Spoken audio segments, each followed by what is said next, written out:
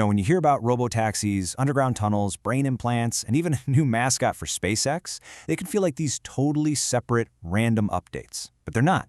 They are all pieces of the exact same story. A story that tells us the future isn't some far-off concept anymore. It is deploying, right now, piece by piece.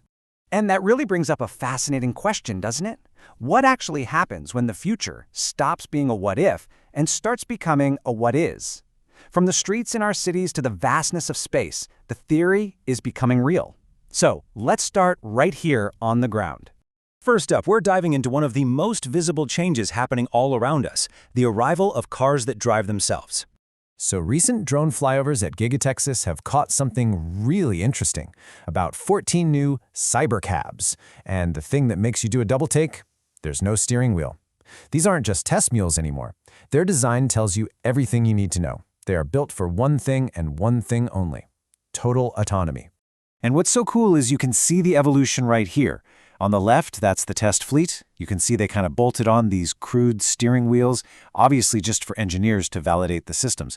But on the right, that's what's rolling out now. It's the final vision. No steering wheel, no pedals, no mirrors. This tells us they're not waiting for testing to finish. They are building the final product in parallel. And this push to build makes total sense, because this isn't just a factory floor story. The Robotaxi service just went live in Dallas and Houston, and how they launched, well, that's the really crucial part. This wasn't a baby step. This was a giant leap. Both cities launched with completely unsupervised service right from day one. Let that sink in. No human safety driver behind the wheel, no monitor in the passenger seat. The system is just out there, operating entirely on its own. That shows a whole new level of confidence.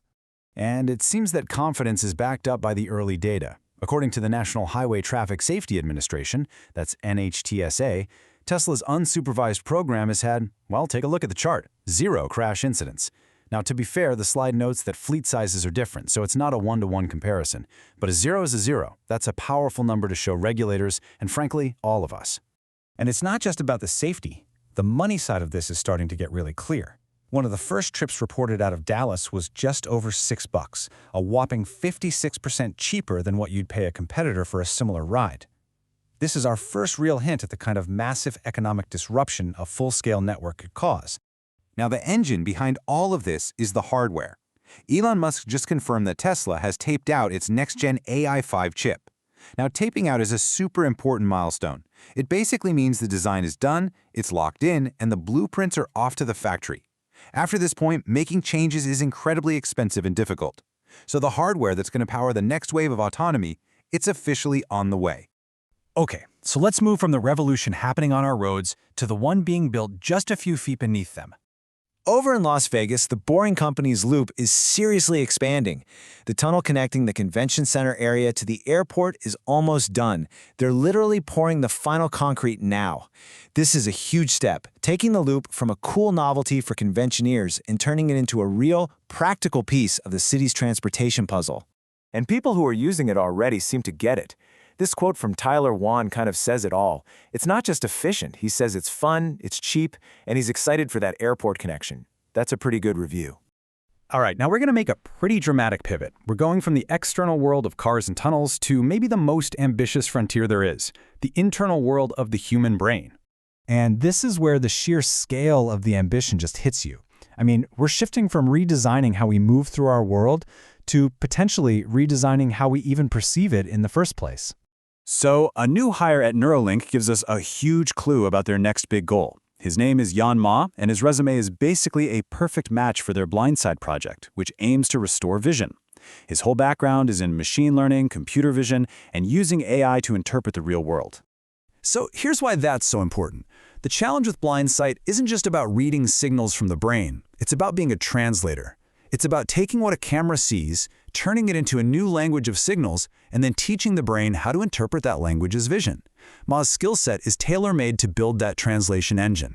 For our last story, we're going to shift gears again. We're moving away from the deeply technical and into something deeply human, because it's a great reminder of the spirit that's really driving all of this innovation. This story starts with a 15-year-old space fanatic named Liv Perto. She poured her heart and her creativity into her passion for space, all while fighting an unimaginable battle with pediatric cancer. Liv was one of the creative minds behind Asteroid, a little Shiba Inu character that was used as the zero-G indicator on a mission. And one of her last wishes was simple. She wanted to ask if Asteroid could become the official mascot for all of SpaceX. Her request made its way all the way to Elon Musk. His reply was about as simple and as powerful as it gets. Okay. And just like that, with that simple reply, it was official. Asteroid the Space Dog is now a permanent part of the SpaceX story. It's this beautiful symbol of the human spirit that fuels these missions, and an incredible way to make sure Liv's memory and passion live on forever. So let's step back and tie all of this together. From robotaxis to brain implants, you start to see a common pattern, a kind of blueprint for how these revolutionary ideas actually become reality. It really seems to follow these 4 steps. First, you have the design and the concept. Then comes the tough part, testing and validation. Think of those cyber cabs with the temporary steering wheels.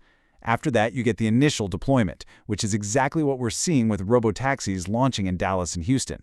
And finally, you get the big one, preparing for mass scaling, which is what that AI 5-chip tape-out is all about. Every story we looked at is somewhere on this timeline, but they're all pushing forward. So you see all of these pieces, the ones on our roads, the ones underground, the ones inside our own minds, and the ones aiming for the stars. They're all starting to connect. The future isn't some single event that's going to happen someday. It's a system that's being assembled right now, one component at a time. Which leaves us with the only question that really matters.